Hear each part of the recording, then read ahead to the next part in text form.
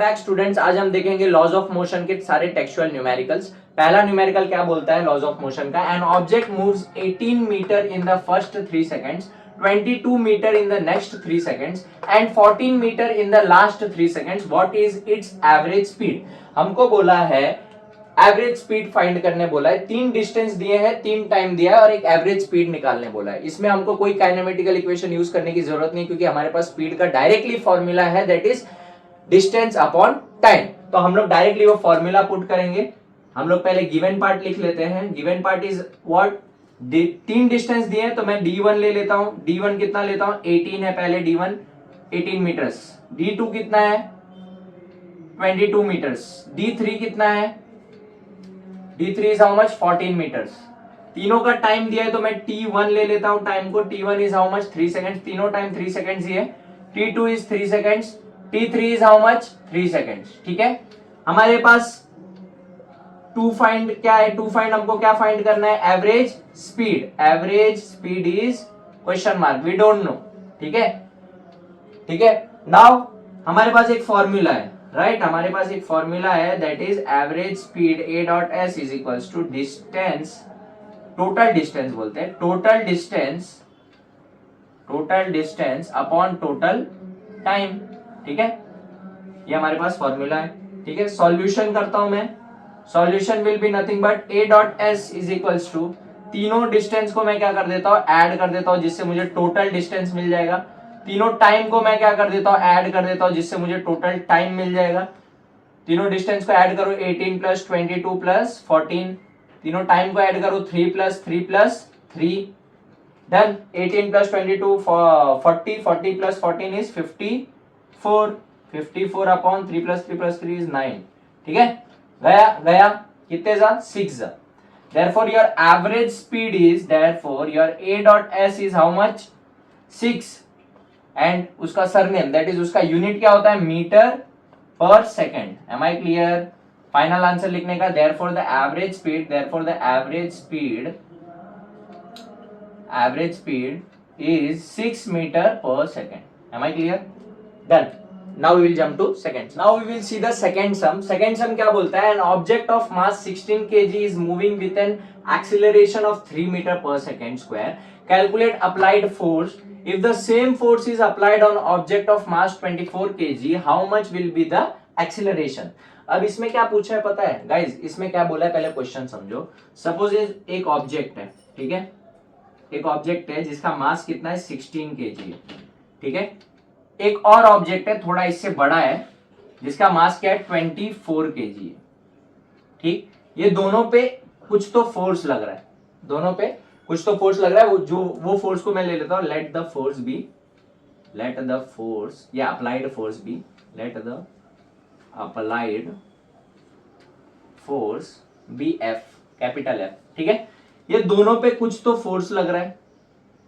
वो फोर्स की value same है, अकॉर्डिंग टू क्वेश्चन वो फोर्स की वैल्यू क्या है? सेम है, बस ऑब्जेक्ट के मास डिफर कर रहे हैं, राइट?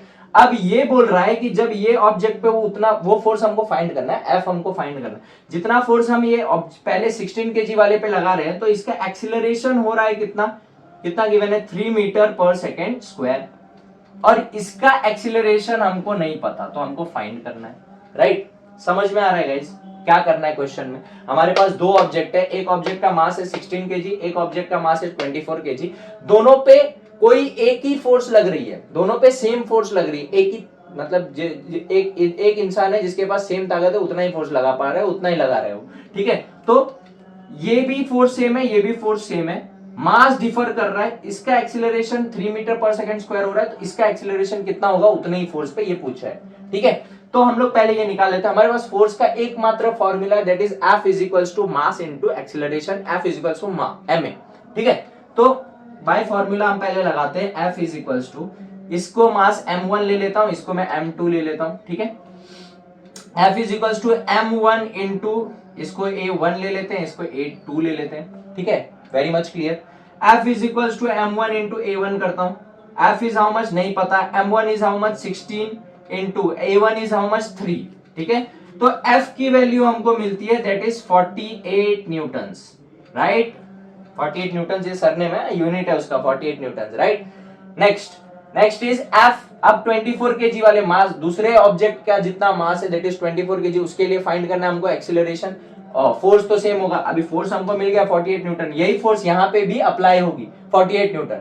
M I clear? अब मैंने यहाँ पे अप्लाई किया 48 न्यूटन का फोर्स। सपोज इसका फॉर्मूला लिख लेते हैं, therefore F is equals to m2 into a2, राइट? F is how much? 48, जो हमने अभी फाइंड किया 48। M2 is how much? 24 into A2 is how much? नहीं पता, हमको पता करना है A2।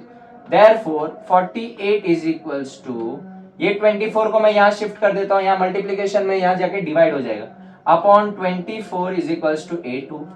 Therefore ये गया 2 जा, therefore A2 acceleration of second object will be 2 meter per second square, right? समझ में आ रहा है गाइस? समझ में आ रहा है? So easy numerical. We will jump to third numerical. Third numerical क्या बोलता है? A bullet having mass of 10 grams. ये न्यूमेरिकल वैसे तुम लोग का बहुत फेवरेट है 9th स्टैंडर्ड, तुम लोग को समझता नहीं है, ध्यान से देखो। A bullet having mass of 10 grams and moving with speed of 1.5 meter per second penetrates a thin wooden plank mass 90 grams. The plank was initially at rest. The bullet get embedded in the plank and both move together. Determine their velocity. ठीक है, बहुत सही। क्या बोलते हैं? एक wooden plank है, ठीक है, वुडन प्लैंक का mass is given that is 90 grams, 90 grams mass given है। एक बुलेट आ रही है, एक बुलेट आ रही है जिसका मास हमको दिया है 10 ग्राम्स, ठीक है। मैं अगर गिवन पार्ट लिख लूं तो मेरे को मास दोनों का गिवन है। मास ऑफ बुलेट को मैं m1 ले लेता हूं। m1 इज, पहले गिवन पार्ट तुमको समझा देता हूं, क्वेश्चन क्या है वो समझा देता हूं, फिर सॉल्यूशन करते हैं, ठीक है। मास m1 को मैं मास ऑफ बुलेट ले लेता हूं। मास ऑफ बुलेट कितना दिया हुआ है? Mass of bullet is 10 grams. m2 को मैं ले लेता हूं mass of wooden plank, mass of plank ले लेता हूं, ठीक है। Mass of plank is how much? 90 grams, ठीक, डन। और क्या बोला है? Bullet is moving with the speed of 1.5 metre per second. Bullet का स्पीड बता रहा है पहले से, स्टार्टिंग से, इनिशियली उसका स्पीड 1.5 मीटर पर सेकेंड है, मतलब उसका इनिशियल वेलोसिटी गिवन है दैट इज u। तो मैं अगर u1 ले लूं, u1 is initial velocity of bullet, initial velocity of bullet कितना दिया है? Initial velocity of bullet guys 1.5 metre per second, right, ठीक है। ये thick wooden plank mass 90 gram है, वो तो लिख लिया हमने। इनिशियली एट रेस्ट, रेस्ट मतलब इनिशियली एट रेस्ट बोल रहा है, मतलब इनिशियल वेलोसिटी उसकी 0 होगी, that is u2 initial velocity of plank is how much? Plank is how much? 0, right. आगे गेट एम्बेडेड इन द, अब ये क्या बोल रहा है? ये 90 ग्राम का जो वुडन प्लैंक है, इस पे अगर ये बुलेट अगर इम्बेड होगा, ठीक है, अगर लगेगा, टकराएगा, तो ये इसको लेके अपने साथ मूव होगा। फॉर एग्जांपल मैं एक एग्जांपल देता हूं, सपोज एक बस आ रही है, बस एक स्पीड में आ रही है और एक बाइक वहां पे खड़ी है आगे वो बस के, और बस ने उस बाइक को टक्कर मारी, तो बस के स्पीड से वो बाइक भी फिर मूव करने लगेगा, फिर बस की स्पीड जितनी रहेगी उतनी स्पीड वो बाइक की भी हो जाएगी, राइट। वैसे ये बुलेट जिस स्पीड से आ रहा था वही स्पीड में इसको भी लेके जाएगा, तो ये इन दोनों की final velocity will be same, right. मतलब v दोनों के क्या होगा? सेम होगा। v1 and v2 is equals to v, दोनों का फाइनल वेलोसिटी सेम होगा। जहां तक ये बुलेट इस वुडन प्लैंक को लेके जाएगा वहां तक ये जाएगा, जब ये रुकेगा ये भी रुक जाएगा, समझ में आया? तो फाइनल वेलोसिटी दोनों की क्या हो जाएगी? सेम हो जाएगी, राइट। ये हमको पता चल गया। हमको फाइंड भी वही करना है, वेलोसिटी फाइंड करना है। हम क्या करते हैं? इसको इक्वेट कर देते हैं, इसको इक्वेट कर देते हैं। कैसे इक्वेट करेंगे? देयरफॉर हम सॉल्यूशन लिखते हैं। सॉल्यूशन क्या होगा?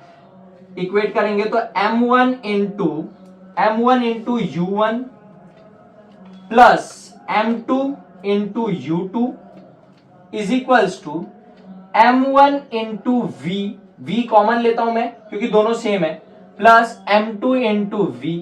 समझ में आ रहा है इक्वेट कैसे किया? अब मैं m1 इंटू u1 करूं, m1 इज 10, पहले गाइस ये 10 ग्राम्स डायरेक्ट लिख लूं, पहले इसका कन्वर्जन कर लेते हैं ना केजी में।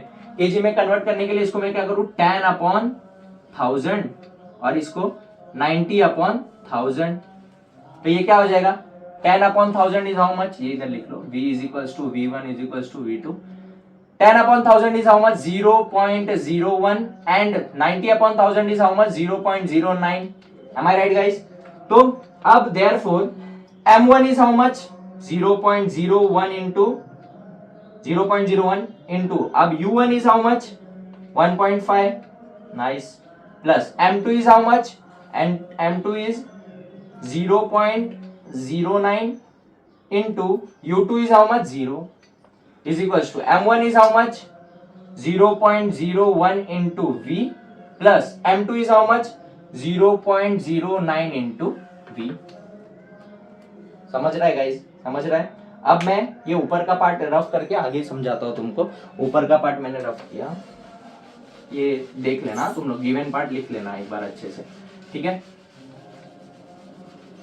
अब अगर मैं इसको मल्टीप्लाई करता हूं ठीक है 0.01 into 1.5 is how much 0.015 right plus anything multiplied by 0 is 0 right 0.01 into v plus 0 ये कॉमन लाइक टर्म्स को साथ में लिख दो अगर v कॉमन ले लिया मैंने इन दोनों को प्लस किया तो क्या होता है इन दोनों को प्लस किया तो 0.1 होता है डायरेक्ट इनटू v होता है राइट हाँ फिर ये प्लस 0 हटा देता हूं 0.015 is equals to 0.1 into v ये v को अगर मैंने यहाँ ये v फाइंड करना है 0.1 को अगर मैंने यहाँ पे शिफ्ट किया तो ये मल्टीप्लाई में यहाँ जाके डिवाइड देयरफॉर 0. मैं ऐसे लिख सकता हूँ therefore v is equals to 0.015 upon 0.1 समझ रहा है गाइस अब मैं डेसिमल हटाने के लिए दोनों को मल्टीप्लाई बाय 10 करता हूँ ऊपर नीचे न्यूमरेटर और डिनोमिनेटर को ठीक है therefore v is equals to ये क्या हो जाएगा एक डेसिमल वहां शिफ्ट हो जाएगा 0.15 अपॉन 1 एम आई राइट तो हमारा वेलोसिटी क्या आया therefore velocity that is v is equals to how much 0.15 metre per second am I right तो तुम्हारा आंसर हो जाएगा द वेलोसिटी विल बी